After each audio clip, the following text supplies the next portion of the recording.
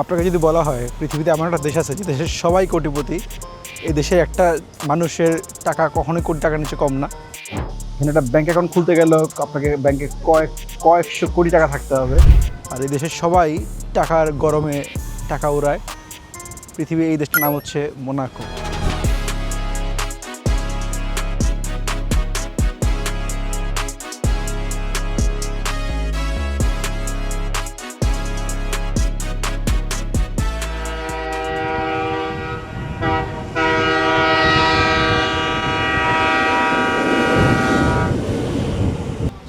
মাত্রই ট্রেনে উঠে বসলাম। আর এখান থেকে নিচ থেকে দূরত্ব হচ্ছে প্রায় 35 to 40 মিনিটস।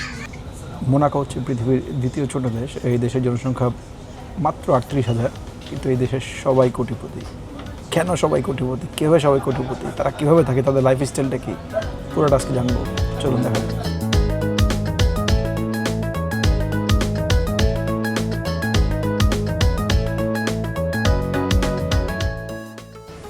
ছোট্ট এই দেশটা, যেদিকে তাকাবেন আপনি দেখবেন শুধু হচ্ছে চারপাশে দামি দামি গাড়ি, লাক্সারিয়াস ব্র্যান্ডের শপ আর দামি দামি সব অ্যাপার্টমেন্টস।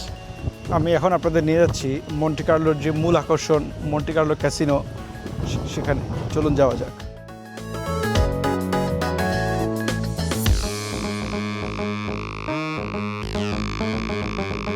দাঁড়িয়ে আছি মন্টি কার্লো মূল আকর্ষণ মন্টি কার্লোর ক্যাসিনোর সামনে। এটা মোনাকোর সবচেয়ে পুরনো ক্যাসিনো, আর মোনাকোর সবচেয়ে মূল আকর্ষণ এটাই।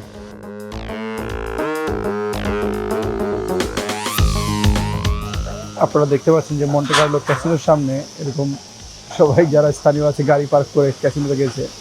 আর এখানে প্রচুর টুরিস্ট দাঁড়ায় আছে, সবাই ছবি তুলতেছে এই জায়গাটার মধ্যে দাঁড়ায়।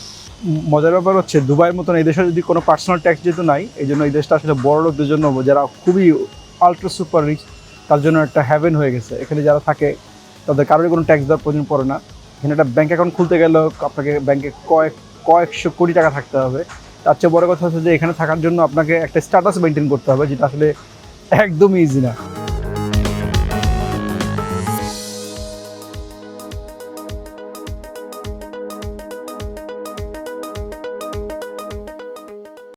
আমার পিছনে যে মন্টে কার্লো ক্যাসিনোটা দেখতে পাচ্ছেন, এটা প্রতিষ্ঠা হয়েছে 1863 সালে। 19 শতকে মনে করো আসলে অর্থনৈতিক যে অবস্থাটা ছিল খুবই দুর্বল ছিল, তখন গ্যামলিং ইন্ডাস্ট্রিটা চালু হয় নাই। এর জন্য আসলে ধনীদের টানার জন্য এই ক্যাসিনোটা ওরা নির্মাণ করে। এই ক্যাসিনোটা আসলে একসময় এতই সফল হয়েছে যে পরে ধীরে ধীরে এটার উপর পার্সোনাল যে ট্যাক্স আছে সেটাও তুলে দেয় ওরা। দর্শক, আমি আপনাদের নিয়ে যাচ্ছি এখন মন্টে কার্লোর ক্যাসিনোর ভিতরটাতে। চলুন যাওয়া যাক। আমি আসলে এত রাজকীয় ক্যাসিনো এর আগে কখনো দেখিনি। এটা সবার জন্য উন্মুক্ত। আমার বাম পাশে একটা দেখতে পাচ্ছেন যে লাক্সারিয়াস ওমেগা ব্র্যান্ডের শপ, সামনে বিশাল বিশাল সব দরজাগুলা। এগুলো মনে হয় সেই 1800 শতকে যখন বানানো হয়েছিল ঠিক তখন থেকে ঠিক এভাবেই আছে, কোনো পরিবর্তন হয়নি এগুলো আসলে। কি চমৎকার ভিতরটা আসলে। ক্যাসিনোর ভিতরে যে এত সুন্দর হতে পারে আসলে এটা না দেখলে বোঝার কোনো উপায় নেই। আমি এখন দাঁড়িয়ে আছি ক্যাসিনোর মূল হলটার মধ্যে, যে হলটা আসলে ক্যাসিনোর মূল জায়গাটা। এটার সবার জন্য উন্মুক্ত। আর যদি কখনো আপনারা মোনাকোতে আসেন, এটা আপনারা আসতে পারবেন। শুধু জাস্ট ওরা সিকিউরিটি চেক করে আর আপনার পাসপোর্ট অনেক সময় দেখতে চায়। আমার বেলা কিছু চায় নাই, বাট যদি দেখতে চায় বা কোনো আইডি দেখতে চায় সেটা দেখে আপনারা এখানে আসতে পারবেন। কি চমৎকার স্ট্যাচু এখানে একটা, সব কার্ড দিয়ে সব ডিজাইন করা। উপরে যে সিলিংটা দেখা যাচ্ছে এটা কিন্তু এখনও সব আসল সিলিং, অরিজিনাল সিলিং এটা এখন পর্যন্ত। এত চমৎকার কারুকাজ, সেই শত শত বছর ধরে ঠিক এভাবেই এখনও রয়ে গেছে, কোনো পরিবর্তনও আনেনি।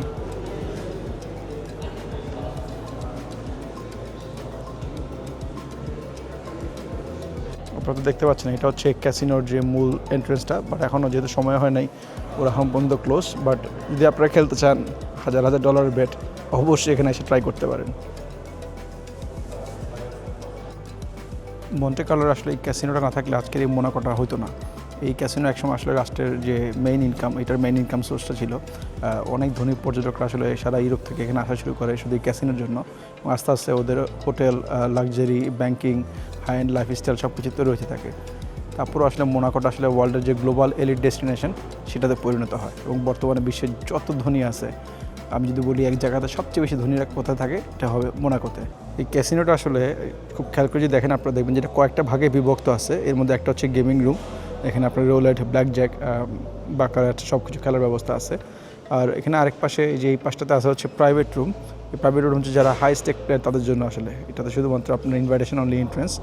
আরেকটা হচ্ছে অপেরা হাউস, সালে গ্যারনিয়ার থিয়েটার, এটা আসলে আরেক পাশে, এটাও সবার জন্য উন্মুক্ত না, ইনভাইটেশন অনলি। আর একটা মজার ব্যাপার হচ্ছে এখানে আপনি চাইলে যে কোনো ড্রেস পরে ঢুকতে পারবেন না, এখানে আপনাকে একটা ভালো ওয়েল ড্রেস কোড মেনটেন করতে হবে। সো নেক্সট টাইম আসার আগে দিয়ে মেক শিওর যে আপনি একটা ভালো অ্যাটায়ারে আসতেছেন। এই জায়গাটা হচ্ছে যেটা বলতেছেন যে প্রাইভেট ভিআইপি রুম, এখানে আসলে ঢুকতে গেলে আপনাকে অবশ্যই ইনভাইটেশন নিয়ে আসতে হবে, প্লাস এখানে যে কেউ চাইলে ঢুকতে পারবে না। 1863 সালে ওপেন হওয়া এই মন্টে কার্লো ক্যাসিনোটা আসলে এই দেশটাকে ব্যাংকারাপ্ট অবস্থা থেকে লিটারেলি একদম বিলিয়ন স্টেটে বানিয়ে দিছে। এটা আসলে শুধু জুয়ার জায়গা না, এটা আসলে একটা ওয়েলথ অ্যাট্রাকশন মেশিন, যারা আলট্রা এলিট রিচ আছে তাদের জন্য আর কি। এটা আসলে গ্যামলিং দিয়ে শুরু হইলো, বর্তমানে আসলে এটা একটা যারা ওয়েলথি রিচ আছে তাদের জন্য আসলে একটা ফাইন্যান্সিয়াল হাব হিসাবে সৃষ্টি হয়ে গেছে। আর আপনারা যদি জেমস বন্ড মুভি লাইক করেন, জেমস বন্ড মুভির অনেক শুটিং কিন্তু এই ক্যাসিনোতে হয়েছে, স্পেশালি ক্যাসিনো রয়্যাল। আপনারা যদি মুভিটা দেখে থাকেন, অনেক সিনেমার শুটিং আসলে এই জেমস বন্ডের এই মোনাকোতে হয়েছে।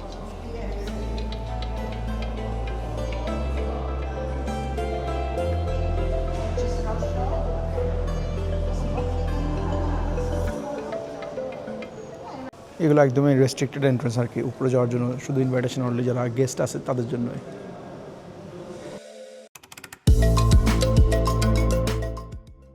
আমি যদি আপনাকে চারপাশের বিল্ডিংগুলো দেখাই, আমার সামনে যে প্রত্যেকটা বিল্ডিং দেখতে পাচ্ছেন, অসম্ভব ধনীদের জায়গা আসলে। এখানে ধনী ব্যক্তি ছাড়া কোনো সাধারণ ব্যক্তি বাস করে না। আমি এত কম ছোট জায়গার মধ্যে দুবাই তো গিয়েছি, কিন্তু আসলে এত গাড়ি, এত লাক্সারি স্পোর্টস ব্র্যান্ডের কার কখনো দেখিনি।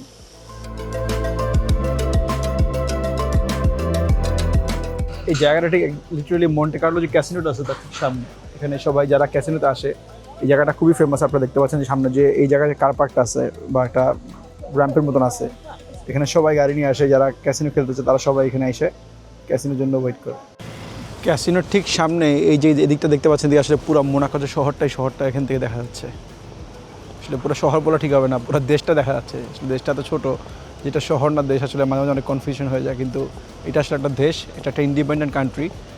পুরো দেশটা আসলে এই জায়গাটা থেকে একদম পরিষ্কার হয়ে দেখা যাচ্ছে।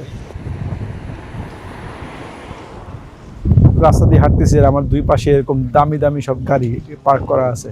যারা এখানে স্থানীয় থাকে, এটা সবাই তাদের ব্যক্তিগত গাড়ি, মানে এখানে কোনো সস্তা বা সাধারণ ব্র্যান্ডের কোনো গাড়ি আমি এখানে চোখে পড়ে নেই। আমার সামনে যে অ্যাপার্টমেন্টগুলো দেখতে পাচ্ছেন, এগুলোর দাম আসলে কয়েকশো মিলিয়ন হবে লিটারেলি। আমি এত এক্সপেন্সিভ প্রপার্টি এখানে, মনে কথা আসলে সস্তা প্রপার্টি বলে কোনো প্রপার্টি নেই। আমাদের ইউরোপে যারা থাকি আমরা জানি যে একটা প্রপার্টির দাম হয়তো কয়েক মিলিয়নও হতে পারে, কিন্তু মোনাকোতে আসলে কয়েকশো মিলিয়ন নিচে, ডলারের নিচে কোনো প্রপার্টি আসলে নেই।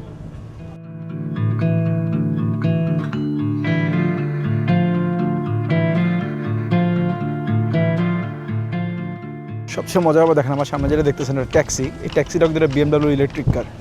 এখানে কোনো সাধারণ ট্যাক্সিও নাই, প্রত্যেকটা ট্যাক্সি সব ব্র্যান্ডের গাড়ি। আর এই ছোট্ট এই দেশটা আসলে এত পরিষ্কার পরিচ্ছন্ন, এতটা সাজানো গুছানো যে আসলে দেখলে মনে হয় যে একটা সিনেমার শুটিং স্পট। আমার ঠিক এখানে যে ক্যাসিনোটা ছিল, ক্যাসিনোর সামনে যে জায়গাটা, সামনে সাগর দেখতে পাচ্ছেন এই পাশটাতে, মানে চমৎকার সাজানো গোছানো।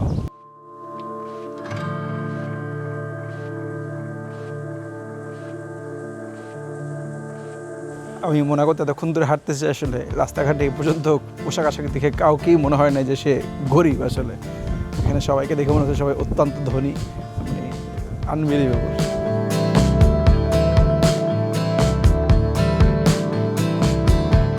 দর্শক, যেটা এখন আপনাদের সামনে দেখতে পাচ্ছেন, সেটা হচ্ছে মন্টে কার্লোর পিয়ার। যত ধনী মানুষ আছে, যাদের সবার একটা করে ইয়ট আছে, সবগুলো ইয়ট আসলে এখান থেকে ওরা আসলে নিয়ে সমুদ্র অবকাশে বের হয়। এখানে কিন্তু আসলে সবারই ব্যক্তিগত ইয়ট, কারো কিন্তু কোনো ভাড়া বা কিছু নাই, প্রত্যেকজন এক একজনের নিজস্ব ইয়ট। এই ইয়টগুলো নিয়ে ওরা আসলে এখান থেকে সমুদ্র অবকাশে যায়। এবং আপনি যদি খেয়াল করেন, এখানে একটা ইয়ট দেখা যাচ্ছে দূরে, খুব কেমন দেখা যাচ্ছে জানতেছি না, বিশাল বড় একটা সুপার ইয়ট। আমার পিছে যেটা দেখতে পাচ্ছেন এটা হচ্ছে মোনাকোর মেরিনা। এই মেরিনা থেকেই আসলে যত ধনী মানুষ আছে সবার ইয়টগুলো রাখা থাকে এবং এখান থেকে তারা প্রমোদ তৈরিতে বের হয়। একটু পরে আপনাদেরকে নিচে নিয়ে যাব এবং দেখাবো কাছ থেকে যে আসলে এই ইয়টগুলো দেখতে কেমন।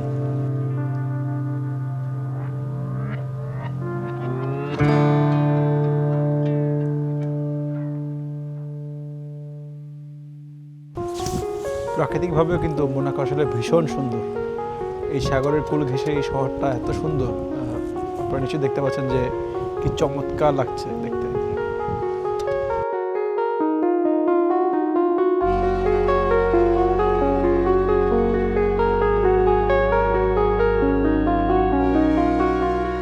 এই পুরো দেশটা সাইজে আসলে এতই ছোট, মাত্র 3.5 কিলোমিটার, এবং এখানে প্রায় অলমোস্ট 40,000 মানুষ বাস করে। এর মধ্যে 30% মানুষ হচ্ছে মিলেনিয়ার। চিন্তা করা যায় ব্যাপারটা যে কত পার্সেন্ট ধনী মানুষ এখানে থাকে।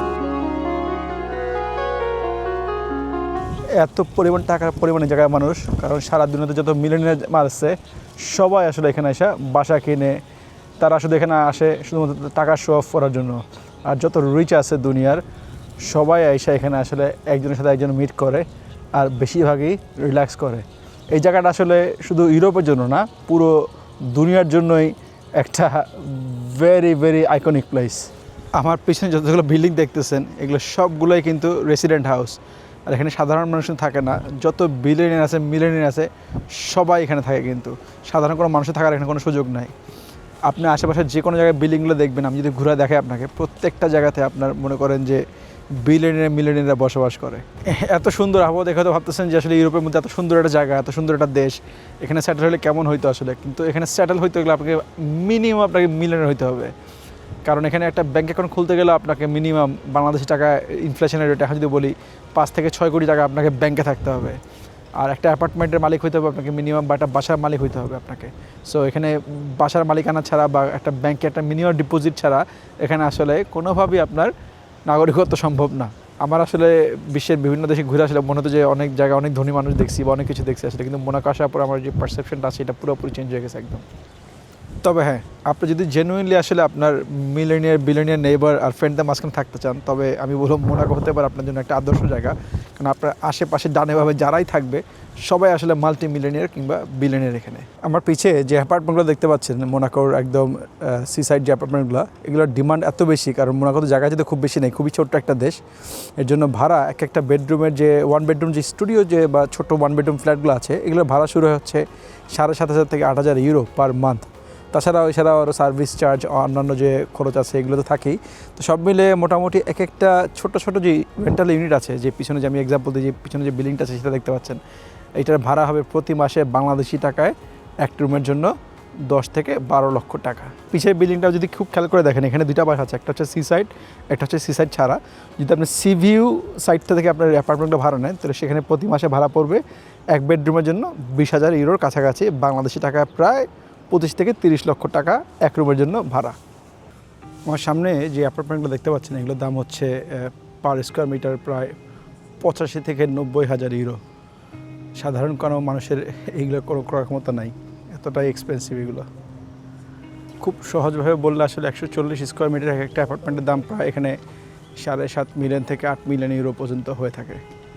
এই প্রত্যেকটা হচ্ছে আমার সামনে দেখতেছেন রেসিডেন্সিয়াল বিল্ডিং, কিন্তু সামনে যেহেতু আমাদের এখানে একদম সি সাইড আছে, দেখা যাচ্ছে এই সি, তার জন্য এখানে দামটা একটু অনেক বেশি। তাছাড়া সাধারণত আপনার দামটা এরকমই হয়ে থাকে, কারণ মোনাকো যেহেতু ছোটো দেশ আর সবাই ধনী মানুষ।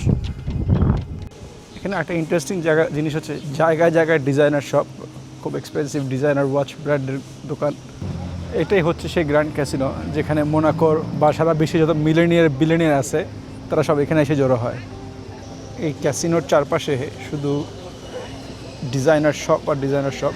ডান দিয়ে দেখতে পাচ্ছেন একটা ট্যাগ হিয়ারের দোকান, আর এই পাশে হচ্ছে একটা চোপার্ডের দোকান। দুইটাই খুব লাক্সারি ব্র্যান্ডের শপ।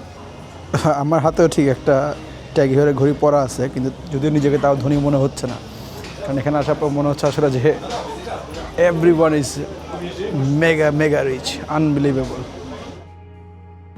আমার খুবই খুবই পছন্দের একটা ঘড়ির ব্র্যান্ড, আমার নিজেরও আছে। এখানে দেখলাম যে এই দোকানটা বেশ পপুলার এবং অনেক জায়গাতেই আছে। রাস্তার দুই পাশে এরকম গাড়ি অজস্র পার্ক করা আছে। আমি রোলস রয়েসে কালিনান আসলে গুণে শেষ করতে পারতেছি না, কতগুলো পর্যন্ত দেখছি।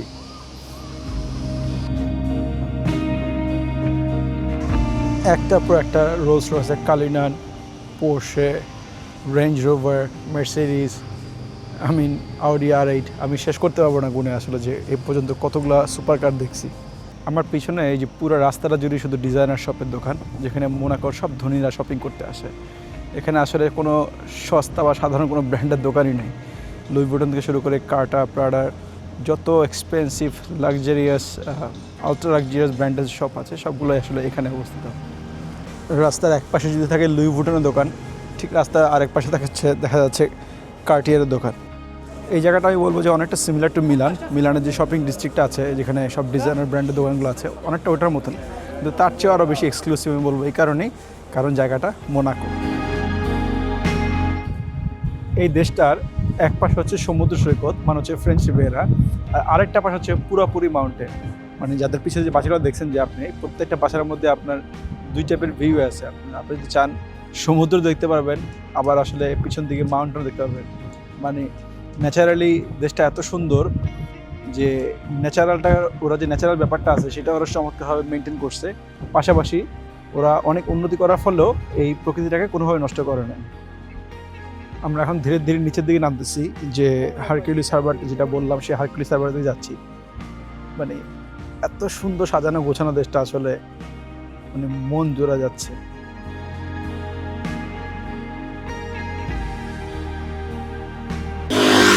আপনাদেরকে বাসাগুলো দেখাই, দেখেন কি চমৎকার বাসাগুলো। ওরা ধন্য হয়েছে বলে কিন্তু ওদের হেরিটেজ যেটা আছে, ঐতিহ্যটাকে একদম নষ্ট করে, একদম সাগরের পার ঘেঁষে অসাধারণ সব কারুকার্যের বিল্ডিংগুলো।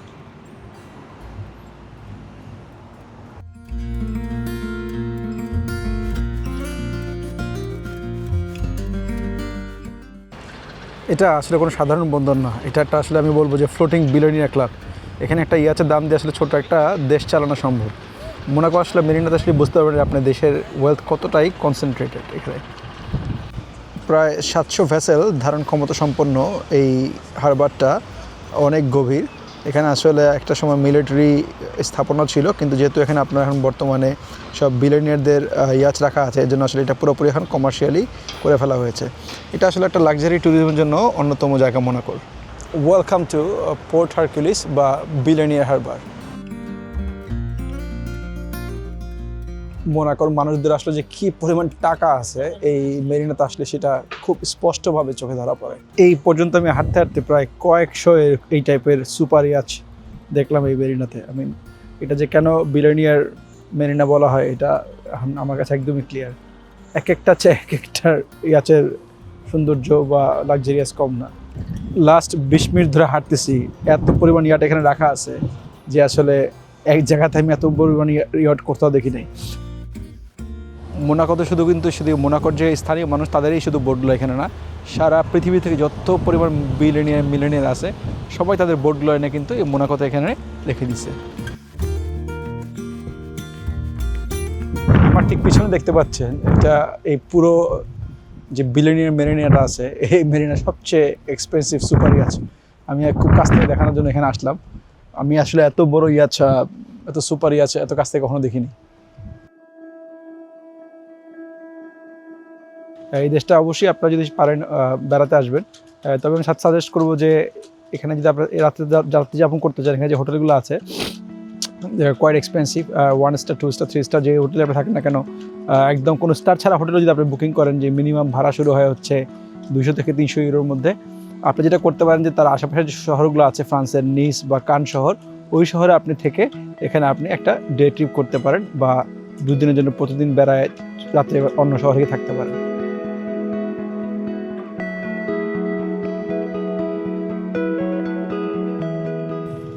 লাস্ট 20 মিনিট ধরে শুধু হাঁটতেছি আর হাঁটতেছি, কিন্তু আমার পিছিয়ে যতগুলো ইয়াচ আমি দেখছি একবারে, এই ইয়াচগুলো শেষ হচ্ছে না, একটার পর একটা ইয়াচ শুধু আমি দেখতেই পাচ্ছি।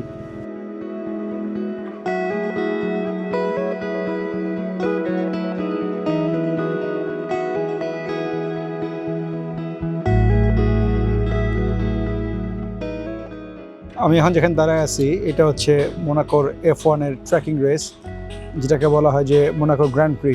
এই প্রতি বছরই মোনাকোর যে গ্র্যান্ড প্রিটা হয়, এখানে কিন্তু F1 এর রেসিংটা এখানেই হয়।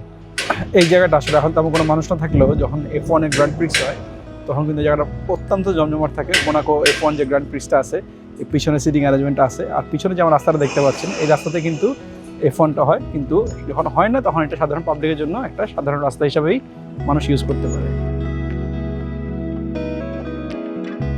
এই প্রত্যেকটা সিট যেগুলো দেখতে পাচ্ছেন এখানে, এগুলো কিন্তু সবগুলো কিন্তু সিটিং অ্যারেঞ্জমেন্ট। এই যে ব্লু কালার যেগুলো দেখা যাচ্ছে বেঞ্চের মতন, সবাই এখানে বসেই এই লিটারেলি এই রাস্তাটার মধ্যে কিন্তু মোনাকোর F1টা উপভোগ করে। আমার পিছের এই রাস্তাটাই হচ্ছে মোনাকোর F1 গ্র্যান্ড প্রিক্সের রাস্তা। একটু আগে যে দেখাইছিলাম সার্কিটটা শুরু হয়েছে ঠিক এটার পিছন থেকেই। ঠিক তার সামনে এরকম একটা মনুমেন্ট রাখা আছে এই F1 গ্র্যান্ড প্রিক্সকে মনে করার জন্য। রাস্তার পাশে যে পার্কগুলো আছে, এই পার্কগুলো এত সুন্দর করে গোছানো। আমার যেখানে বসে আছি একটু জাস্ট হাঁটতে হাঁটতে টায়ার্ড হয়ে গেছি, দেখানোর জন্য যে একটা পরিমাণ ময়লা নাই। মানে আমি ইউরোপের মধ্যে তো অনেক ঘুরছি, কিন্তু আসলে এতটা পরিপাটি সাজানোর গোছানো দেশ আসলে কেন যে বড় লোকদের দেশ বলা হয় এটাকে সন্দেহ ছাড়া বোঝা যাচ্ছে। আপনারা খেয়াল করে দেখতেছেন যে পুরো শহরটা কিন্তু এরকম পাহাড়ের কেটে কেটে বানানো, পাহাড়ের উঁচু নিচে সব জায়গাতে এরকম রাস্তাঘাট আছে। এবং চলাচলের জন্য দেশটা এত ছোট হলে এত ধনী যে মানুষের সহজে উঠানামা করানোর জন্য সব জায়গাতে এরকম এসকেলেটরের ব্যবস্থা আছে, কোনো সিঁড়ির ব্যবস্থা নেই। আমরা একটু আগেই ঠিক ওই যে দূরে দেখা যাচ্ছে ওই ইয়াসটা, ঠিক ওখানে ছিলাম। ওখান থেকে হেঁটে এসে এখন আবার চলে আসলাম পাহাড়ের উপরে। তো পুরো পাহাড়ের উপর থেকে যে বিলিনিয়ার্স মেরিনাটা কি চমৎকার দেখা যাচ্ছে। যেটা বলতেছিলাম একটু আগে, এখানকার প্রত্যেকটা ট্যাক্সিও মার্সিডিজের গাড়ি। সব দামি দামি সুপার কার একটা পার্ক করে রাখছে ঠিক বাসাগুলোর সামনে। আমি যতগুলো স্ট্রিটে হাঁটছি প্রত্যেকটা স্ট্রিটে দেখতেছি এরকম সুপার কার প্রত্যেকটা বাসার সামনে পার্ক করা। ফেরারি, অ্যাস্টন মার্টিন, মার্সিডিজ, BMW।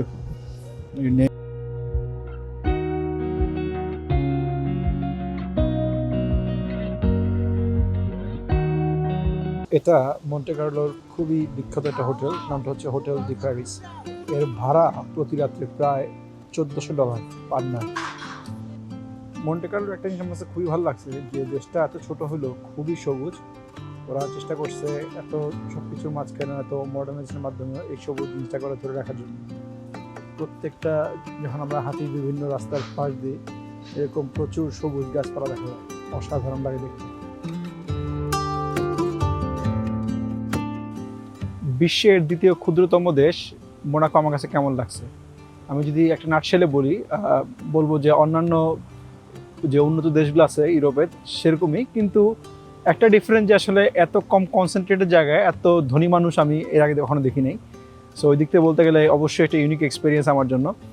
আর এই দেশ থেকে অনেক কিছু শেখার আছে যে এরা এতটা উন্নত হয়ে গেলেও এরা যে কী পরিমাণ চমৎকার হয়, যে প্রাকৃতিক যে ভারসাম্যটা আছে সেটাও বজায় রাখছে।